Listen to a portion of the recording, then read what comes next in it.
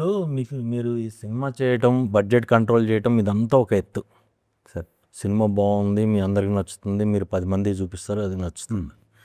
ఇక్కడి నుంచే మీ సగులు మీ మనీ ఖర్చు పెట్టడం బిగిన్ అవుతుంది. థియేటర్కి వెళ్ళాలి అంటే ఆడియన్స్ రావాలంటే ఆడియన్స్ వచ్చే వరకు కనీసం ఒక 4 రోజుల వరకు థియేటర్లో ఉంచాలి అంటే ఈ ఖర్చును మొత్తం క్యాలిక్యులేట్ చేసుకున్నారు. అసలే ఇప్పుడు సిటీ వరకు పర్సంటేజ్ సిస్టమ్ వచ్చింది, డిస్ట్రిక్ట్స్లో రెంటల్ సిస్టమ్ ఉంది.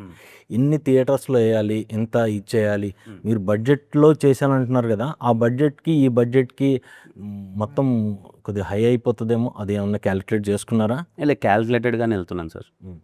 Very calculated and I'm happy. నేను ఇది ఎందుకు చేశానో నాకు పర్పస్ ఒకటి ఉంటుంది కదా సార్, మన పర్పస్ అది. అండ్ ఐమ్ షూర్ ఇది బడ్జెట్ పరంగా సేఫ్ అయిపోతాము. బడ్జెట్ పరంగా రిస్క్ అయితే ఏమీ ఉండదు. అండ్ నేను ఎవరి మీద రిస్క్ అనుకోవట్లేదు. ఎందుకంటే నా నమ్మకం మీద ఇది వర్కౌట్ అవుతుందని చేసింది. డిస్ట్రిబ్యూషన్ కానీ ఏదన్నా కానీ ఇప్పుడు మన నమ్మకం మీద చేస్తారు. వేరే కిరణ్ ఏదో చేశాడు అన్న, ఇఫ్ మంచిగా డబ్బులు వస్తే వెరీ హ్యాపీ, ఏదైనా రాకపోయినా I'm prepared for it. So ఇలాంటి సినిమాలకి మౌత్ టాక్ తోటే జనాలు వస్తారు. అవును సార్. అంత టైము, అంత గ్యాప్, అంత రిస్క్ చేసే దానికి మీరు మెంటల్గా ప్రిపేర్ అయిపోయినాను సార్. Mentally prepared. అండ్ అందుకే చెప్పాను కదా సార్, సినిమా రిలీజ్ అవ్వకముందే తిమ్మరాజపల్లి టీవీ అనేది ఎంతవరకు సౌండ్ చేయాలి, ఆడియన్ని ప్రిపేర్ చేయాలన్నది ప్రిపేర్ చేస్తాను సార్. అండ్ సమ్మర్ హాలిడేస్ వెళ్తే వెరీ హ్యాపీ సార్.